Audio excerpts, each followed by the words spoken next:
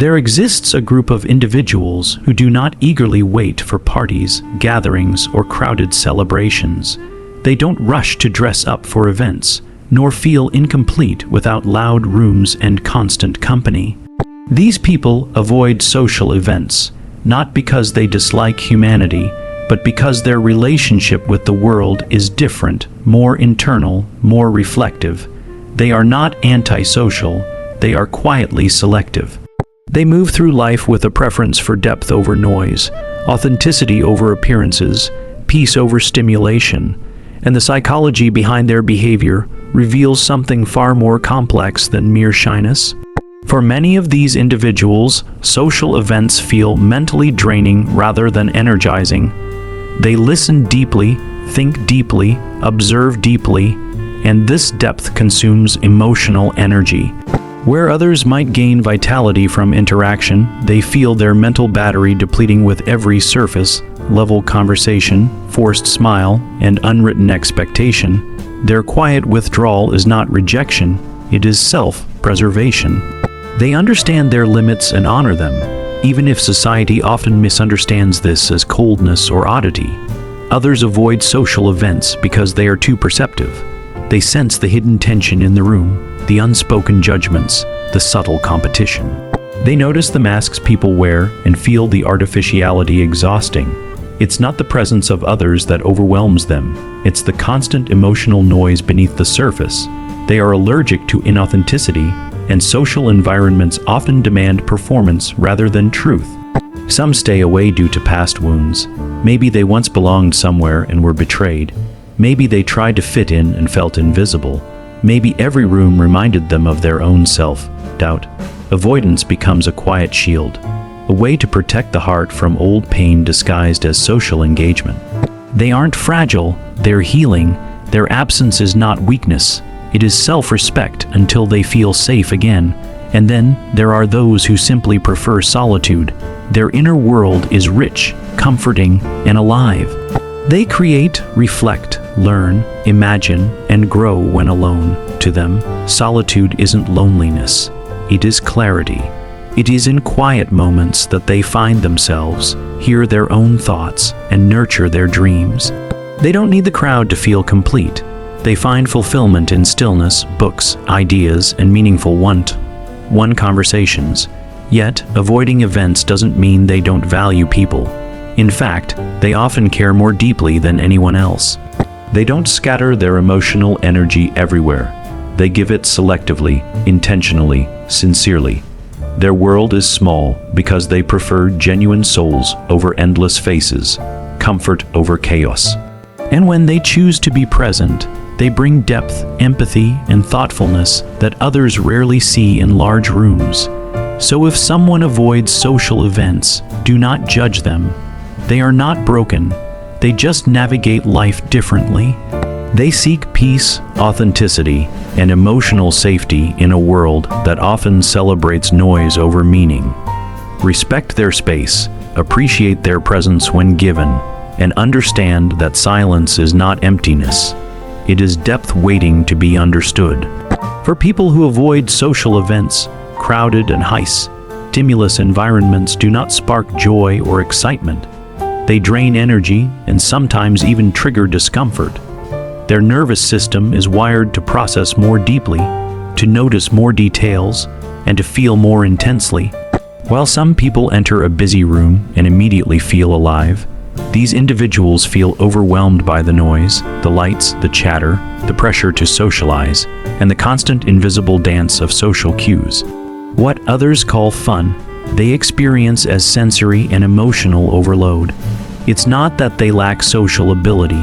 Many of them are incredibly observant, articulate, and kind. It's that the cost of being present is heavier for them than it is for others.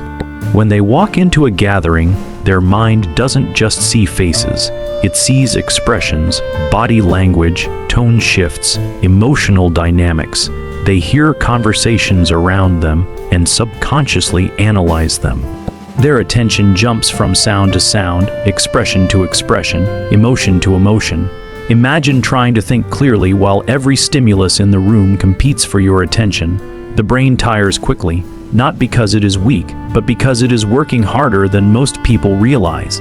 This constant processing drains emotional and mental energy, and soon a feeling of exhaustion sets in. For them, socializing is not a casual activity. It is labor, emotional labor wrapped in subtle expectations. Beyond sensory overwhelm, there is also the effort of self-presentation. Social events often demand smiles, enthusiasm, and effort. People expect conversation, friendliness, engagement, but those who avoid crowds can't turn social energy on like a switch. Their personality flows naturally, not performatively. Being forced to be on can feel like wearing a costume, one that becomes heavier every minute. When they feel they must perform rather than simply exist, their energy declines even faster. They are not rude. They simply cannot thrive in environments that require constant outward expression while suppressing their inner rhythm. Silence is where they recharge. Alone time restores them. Introspection strengthens them, and quiet environments help them breathe freely. After a long social interaction, even one they enjoyed, they need space to decompress. Time to think, time to breathe, time to return to themselves. This need is often misunderstood. People might ask, why can't you just relax and have fun? But the truth is, they do relax when they are free from overstimulation. Their fun comes from calm settings, meaningful conversations, peaceful environments, and genuine emotional connection. They are not avoiding people. They are preserving their mental and emotional balance. They understand how they function and choose what protects their energy. Society often praises extroverted behavior as the ideal, but there is profound wisdom in listening to one's inner limits. People who avoid social events are not running from life. They are honoring their internal world, choosing peace over pressure, depth over noise, and authenticity over forced participation. For them, solitude is not escape, it is stability. And protecting their energy is not weakness, it is emotional intelligence in its purest form. People who avoid social events often value deep, meaningful interaction over surface-level socializing. To them, conversation is not just noise. It is a bridge between minds, a way to understand another soul. So when they find themselves in environments filled with small talk, superficial greetings, and casual gossip, they feel out of place. It's not arrogance, nor a belief that they are above others. It's simply that shallow exchanges feel empty, and emptiness drains them more than silence ever could. They are wired to connect in ways that matter, and when forced into conversations without substance, they feel disconnected rather than included. These individuals crave authenticity. They want to talk about ideas, emotions, dreams, fears, experiences, the things that reveal who someone truly is beneath the mask of social performance. But most social gatherings are designed for lightness, not depth. They revolve around entertainment, casual updates, and surface impressions. While others laugh easily and flow through conversations, they quietly wait for a moment that feels real. Their mind seeks truth, honesty, vulnerability, intellect, not because they are dramatic or intense, but because meaning feeds them the way noise feeds others. When people avoid social events, they aren't avoiding humans. They are avoiding performances. They know that many interactions in such environments are transactional or habitual. People talk because silence feels awkward, not because they have something important to say. Compliments are exchanged to be polite, not sincere. Stories are embellished to impress, not express. For someone who values emotional honesty, this can feel painfully artificial. They would rather sit with one genuine person talking about life than stand in a room full of voices saying nothing meaningful. This preference for depth also affects how they open up. They don't reveal themselves quickly. Trust is not given, it is earned. They don't share vulnerable truths in loud rooms or among half-interested ears. They wait for intimacy, not attention. And because their emotional world is rich, they guard it carefully. They'd rather stay silent than offer pieces of themselves to people who won't understand or appreciate them. They know their energy is valuable, and they refuse to waste it on conversations that do not nourish the soul. As a result, they may be seen as selective or even distant, but this selectiveness comes from sincerity, not superiority. Where others socialize broadly and casually, they connect deeply and intentionally. Their friendships are fewer but stronger. Their love is intense and loyal. Their presence is quiet but meaningful. They are the ones who remember your fears, your passions, your dreams, not because they try to impress, but because they genuinely care. In a world that often values popularity over depth, speed over thought, and noise over meaning, they remain loyal to something ancient and honest, real connection. And while society may misunderstand them, those who truly know them understand that their silence is not emptiness. It is depth preserving itself until it finds someone who can swim in it, instead of just standing at the surface. People who avoid social events are often highly observant and sensitive to emotional energy, which makes social environments mentally exhausting rather than enjoyable. While most people walk into a room and simply see a crowd, these individuals walk in and feel the atmosphere. They notice tone shifts, body language, subtle facial expressions, social hierarchies, and the emotional temperature of the room. Their mind is constantly decoding unspoken signals, absorbing emotions that aren't theirs, and trying to make sense of complex social dynamics. This heightened sensitivity is a gift, but it is also a burden, especially in chaotic or artificial social settings. Because they are emotionally perceptive, they feel when someone is uncomfortable, insecure, pretending, showing off, competing, or hiding sadness behind laughter. They see the masks people wear, the polite smiles, the forced enthusiasm, the disguised ego battles. And instead of enjoying the noise, they feel the emotional friction beneath it. What feels like harmless fun to others can feel like psychological chaos to them. They don't just hear conversations, they feel intentions. They don't just watch behavior, they interpret meanings. This constant processing drains them quickly, leaving them mentally fatigued long before others notice anything is wrong. Their sensitivity also means they carry emotions deeply. If someone in the room is angry, they feel the tension. If someone is anxious, they sense the nervousness. If someone is lonely or trying too hard to fit in, they absorb that sadness. They are emotional antennas, tuning into frequencies most people ignore. This can be overwhelming, especially in environments where emotions are mixed, unstable, or superficial. Their instinct becomes not to participate, but to retreat, to protect their inner peace from being flooded by external noise. This sensitivity often comes with high empathy. They understand people's pain, insecurities, and contradictions. They don't judge easily. They see reasons behind behavior. But empathy does not always lead to comfort. Sometimes it leads to exhaustion. Feeling deeply means caring deeply, and caring deeply in a crowded world of unresolved emotions can exhaust the strongest soul. So they avoid these settings not because they hate people, but because they feel people too intensely. There is also a quiet fear in them, a fear not of social failure, but of emotional invasion. They do not fear being ignored, they fear being overwhelmed. They do not fear judgment, they fear absorbing energy that isn't theirs. They guard their emotional boundaries by controlling where and how they interact. A small, intimate conversation feels nourishing.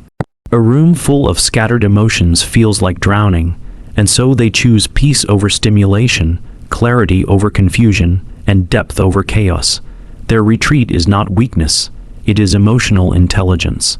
They know that protecting their sensitivity is necessary for survival in a world where many feel without understanding, speak without thinking, and perform without feeling. Their distance is not rejection, It is discernment, the quiet wisdom of someone who hears every emotional whisper in a world that shouts. Many people assume those who avoid social events do so because they dislike others, but often the deeper truth is rooted in self, protection from judgment and emotional exposure. These individuals are not afraid of people. They are afraid of feeling misunderstood, misread, or emotionally vulnerable in environments where social interaction feels like a performance rather than a genuine exchange. For them, social situations are not simply gatherings. They are arenas where identity feels questioned, behavior feels observed, and internal peace feels threatened by unseen expectations. A person who avoids social events often carries a history, perhaps of being judged, misunderstood, or criticized in subtle or harsh ways. Their nervous system remembers what the conscious mind may no longer actively recall. The uncomfortable comment someone made years ago, the moment they felt out of place, the time they didn't know what to say, the instance they felt invisible or exposed. These memories stay stored, and the body treats social environments as potential danger zones. To others, socializing feels effortless. To them, it is walking into emotional uncertainty without armor. This fear of judgment does not always come from insecurity. It can stem from self-awareness. They know themselves deeply, and because of that, they are conscious of how easily social behavior can be misinterpreted. They may think before they speak, process emotions internally, and take time to trust others. In a fast-paced, extroverted social setting, slowness of emotional engagement is often misunderstood as disinterest or awkwardness. Instead of forcing themselves to perform socially, they choose silence, solitude, or smaller, more meaningful interactions. This is not avoidance, it is emotional strategy. Another layer of this psychology lies in authenticity. They dislike environments where people exaggerate achievements, hide insecurities, or conform to social masks. They fear judgment because they value sincerity. They do not want to be measured by surface-level attribute, appearance, social energy, career status, humor, or extroversion. They prefer relationships built slowly through depth, trust, and shared emotional language. In a loud room, authenticity feels drowned out by performance, and so they retreat to places where they can breathe without pretending. Their avoidance also comes from an inner pressure to show up right. They want to be present, kind, attentive, meaningful, yet they fear not meeting those internal expectations in draining social atmospheres. It is not that they cannot socialize, it is that they wish to socialize in environments where connection feels safe, genuine, and unforced. When they withdraw, they are not rejecting people.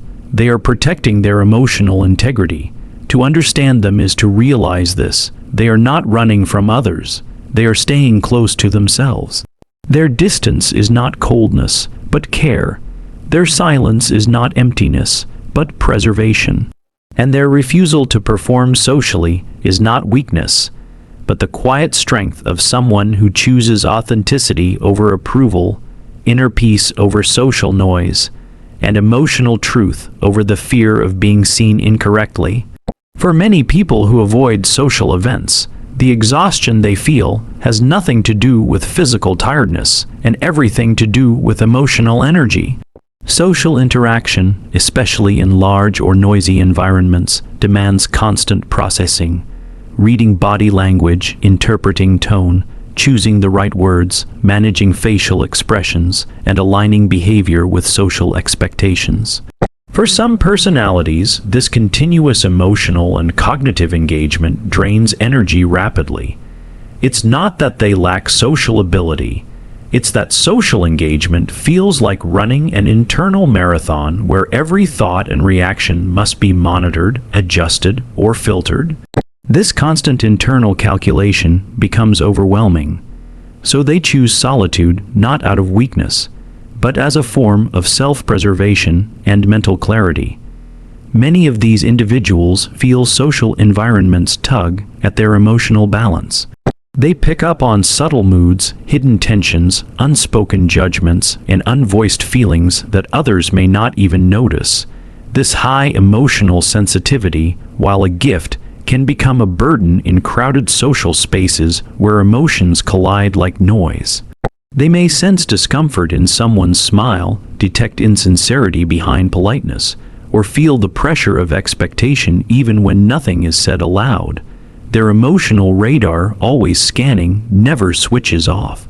As a result, social fatigue hits faster and deeper. When others leave a gathering feeling energized and connected, they leave feeling mentally overloaded and emotionally dehydrated. This exhaustion is often misunderstood. People assume they are antisocial, introverted, or uninterested. But in truth, their tiredness comes from caring too much, noticing too much, and processing too much. They may value deep conversation but struggle with superficial chatter. They may appreciate meaningful human connection but feel depleted by surface-level social noise. Small talk, forced conversation, and group dynamics drain them more than silence or solitude ever could. To them, peace is found not in crowds, but in stillness in meaningful one-on-one interactions, or in quiet personal space where their mind doesn't need to constantly navigate human complexity. It is important to understand that this exhaustion is not laziness or emotional fragility. It is a sign of deep emotional intelligence, an awareness of subtle human dynamics most people overlook. Their mind works like a sensitive instrument, tuned to emotional frequency rather than social performance. With every interaction, they absorb more than words.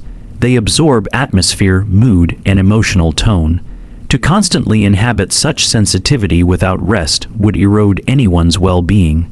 So they withdraw, not to escape life, but to maintain equilibrium. They choose quiet not because they fear people, but because they honor their emotional boundaries. In solitude, they recharge. They find clarity, calm, and inner grounding. They return to themselves, breathe freely, and gather strength. And when they re-enter the world, they do so with presence, awareness, and sincerity. Their social fatigue is not a flaw. It is the sign of a deep soul navigating a loud world. Someone who feels life intensely and protects that inner sensitivity like something sacred. For some people who avoid social events, their preference is rooted in a profound desire for authenticity and depth. They are not interested in simply being social for the sake of appearances. Superficial conversations, small talk, and the performance aspect of social gatherings feel artificial to them, like wearing a mask that never quite fits. They crave sincerity, raw honesty, and meaningful emotional exchange, not curated smiles or rehearsed politeness. When they enter environments where interaction feels transactional, where people talk to be seen, heard, or validated rather than to connect, they feel disconnected, almost like outsiders observing rather than participants engaging. To them, social gatherings often resemble stages rather than spaces for connection. People laugh loudly even when they don't feel joy. Compliments are given without intention. Questions are asked out of politeness, not curiosity. And attention shifts rapidly, never lingering long enough to uncover truth. Those who seek authenticity see through these patterns, and it becomes emotionally disorienting. They find themselves questioning the sincerity of interactions, wondering how many conversations are real and how many are simply social currency. This awareness makes participation feel forced and draining, rather than enriching or enjoyable. Authentic-minded individuals would rather spend time in silence with someone genuine than engage in hours of shallow interaction with a crowd. They may prefer long walks with one trusted friend, deep philosophical conversations, or quiet moments alone with their thoughts. Their inner world is rich, filled with introspection, ideas, and emotional depth, and they thrive in environments that honor that richness. In contrast, social settings dominated by status comparison, gossip, or surface-level engagement feel hollow. It isn't people they avoid, it's environments where the soul has no room to breathe. This yearning for depth is not a sign of antisocial behavior or negativity. It is a reflection of higher emotional and psychological standards. They want relationships built on understanding, loyalty, and truth, not convenience or routine. They ask meaningful questions, listen with intention, and value authenticity over popularity. But because such qualities are rare in everyday social situations, they often retreat to protect their inner sincerity. They refuse to fake laughter, pretend interest, or dilute their essence for the comfort of others. Walking away from the crowd in their eyes is not isolation, it is integrity. To others, they may appear quiet, distant, or uninterested, yet in reality, they carry a deep longing for genuine human connection, just not at the cost of their authenticity. They wait for people who speak from the heart, who think beyond social scripts, who value presence over presentation. Their avoidance isn't rejection of society, it's an act of self-respect. They choose environments where truth lives, where empathy flows, where souls speak, not where personalities perform. And in that choice, they preserve something precious in a world that often forgets how to be real. For some individuals who avoid social events, it's not simply discomfort or preference. It's a conscious valuing of peace over chaos, quality over quantity, and emotional safety over social obligation. They have learned through experience that solitude is not loneliness, but a sanctuary where they can breathe, think, and exist without the pressure to perform or conform.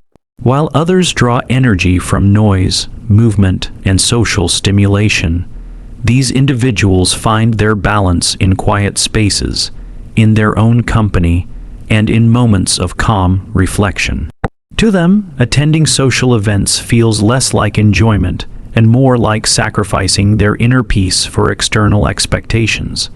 These individuals often carry heightened sensitivity, not just emotionally, but mentally and physically.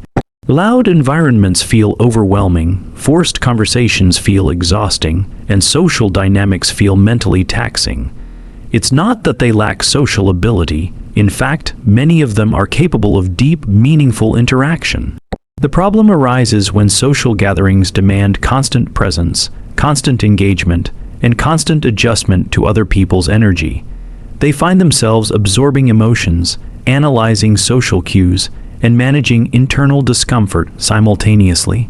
It becomes a sensory and emotional overload that leaves them drained rather than fulfilled. For them, peace is not laziness or avoidance. It is nourishment. In solitude, thoughts become clearer, emotions settle, creativity awakens, and the self expands. They experience richness in stillness, learning from silence what others often miss in noise. They reflect on their lives, their desires, and their identity without outside interference. They cultivate self-awareness, emotional depth, and mental clarity, qualities that require space to breathe and time to unfold. Peace becomes their form of strength, not escape. This mindset is often misunderstood. Society frequently equates social participation with success, confidence, and happiness. But not everyone finds meaning in crowds or validation in being seen. Some find fulfillment in books, art, personal projects, nature, or deep conversations with one or two trusted souls. They don't avoid people. They avoid environments where connection is shallow, where energy feels scattered, and where presence lacks authenticity. Their peace is not passive.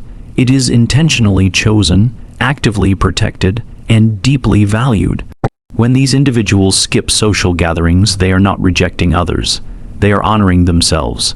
They understand their limits, their emotional needs, and their internal world. They know that being everywhere does not make one more alive, and that constant social involvement is not a measure of worth. They refuse to exhaust their spirit to satisfy social norms. Instead, they invest their energy in what nourishes them, not in what drains them. In a world that praises noise, they choose silence. In a culture obsessed with visibility, they embrace invisibility when necessary. In a society that celebrates constant activity, they understand the power of stillness. And in doing so, they build a life grounded not in expectation, but in inner truth. Their avoidance is not a retreat. It is a deliberate stand for peace, authenticity, and emotional sovereignty. They do not fear the world, they simply refuse to lose themselves in it.